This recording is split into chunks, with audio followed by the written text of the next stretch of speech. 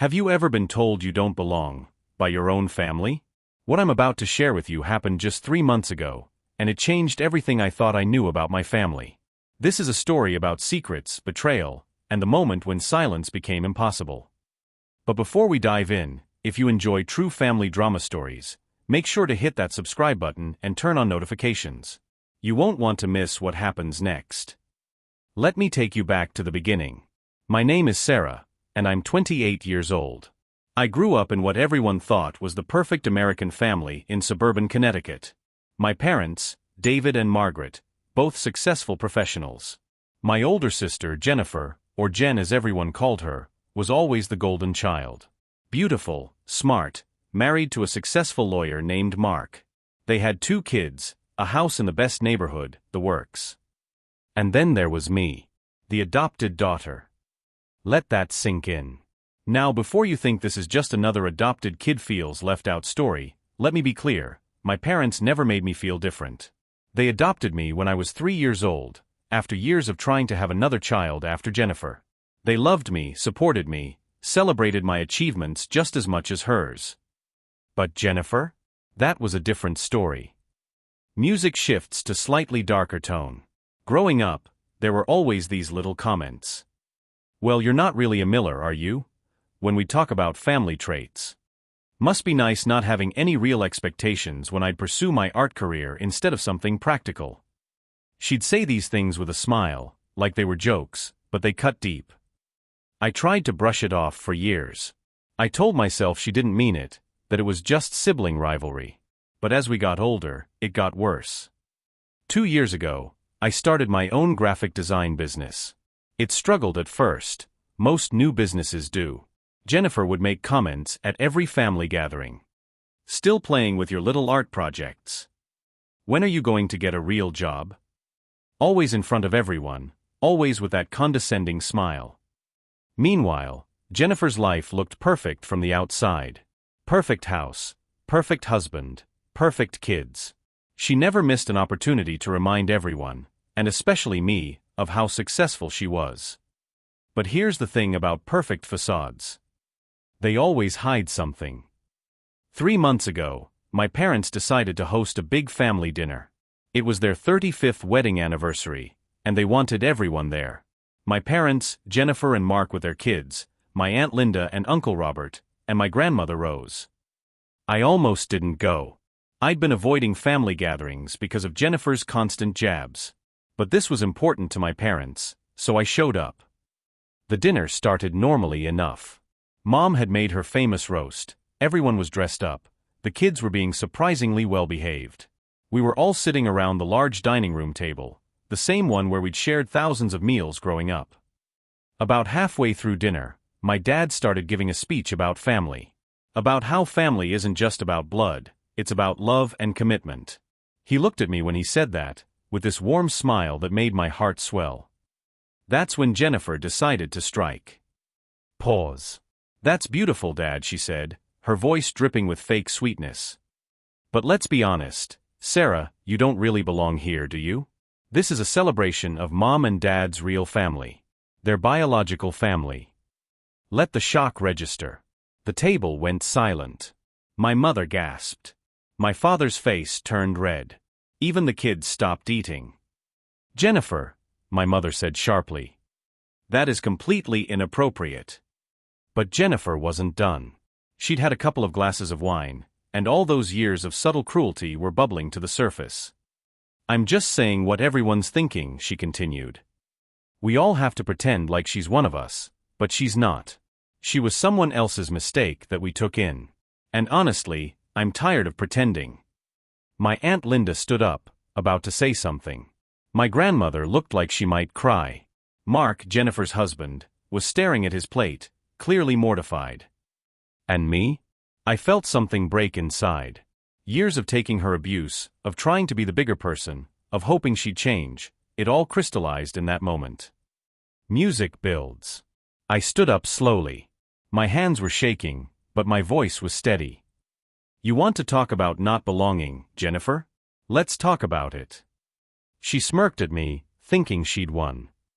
Let's talk about how you don't belong in Mark's bed. Or maybe we should talk about where you do belong. Like in Jason's bed.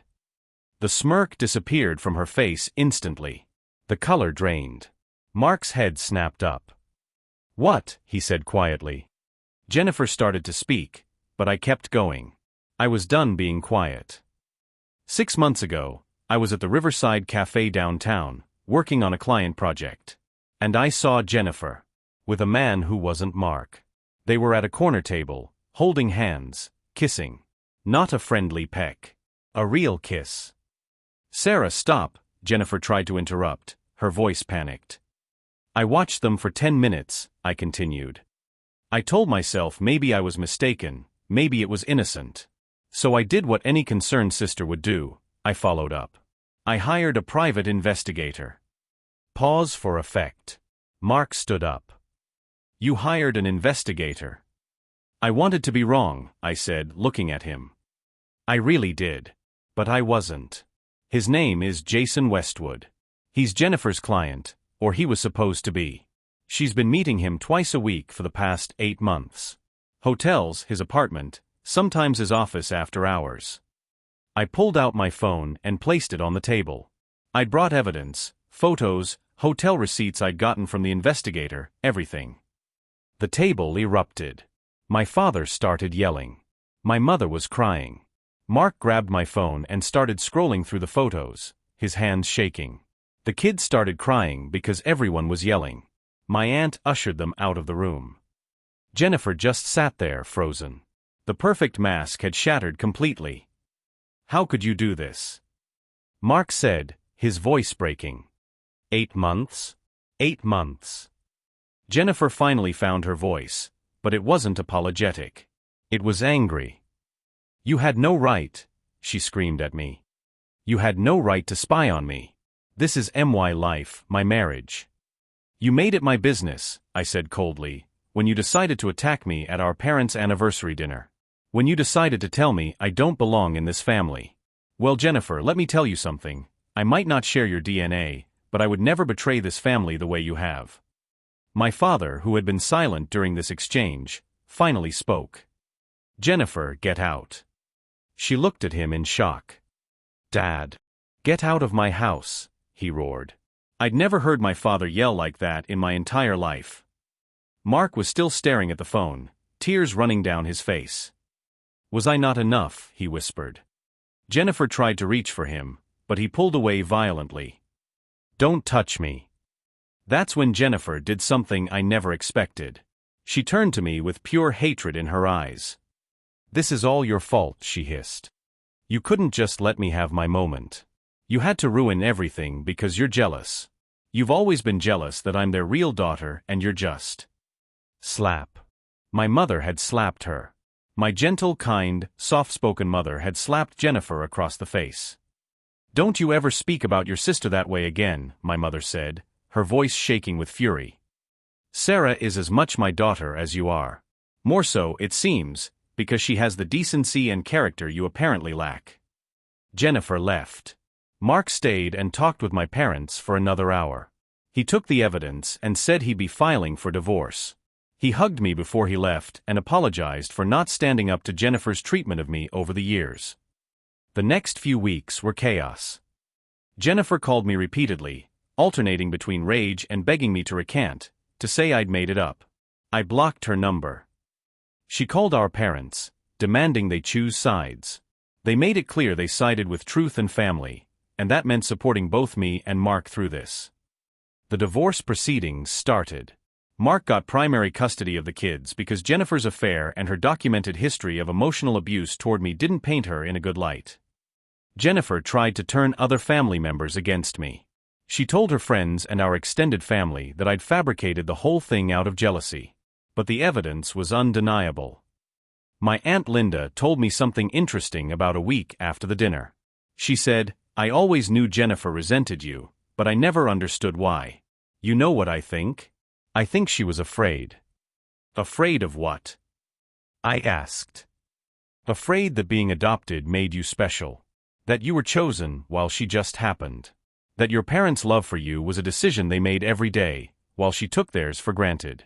So she tried to make you feel small to make herself feel bigger. I'd never thought about it that way. 3 months later, Jennifer's perfect life is in pieces. She lost her husband, shares custody of her kids, and her reputation is destroyed. Jason, the man she had the affair with? He stopped seeing her the moment things got messy. Apparently, he was married too. As for me, my relationship with my parents is stronger than ever. They apologized for not intervening more when Jennifer was cruel to me. We're all in family therapy together, including Mark and the kids, who we still consider family. My business is thriving. Turns out, not carrying around years of toxic family dynamics is great for creativity. Do I regret exposing Jennifer's affair? Sometimes I wonder if I could have handled it differently.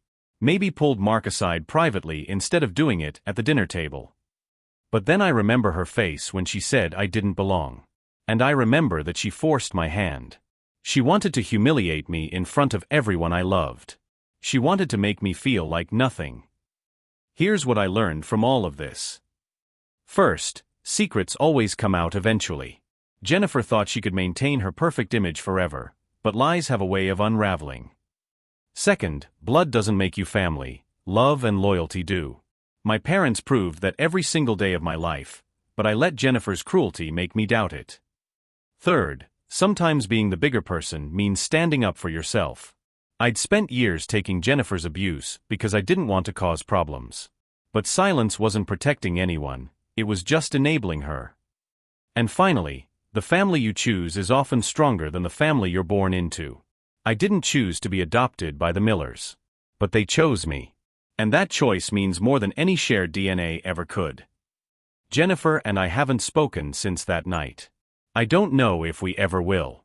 Part of me mourns the sister relationship I always wanted but never really had. Another part of me feels free for the first time in years. Mark is doing better.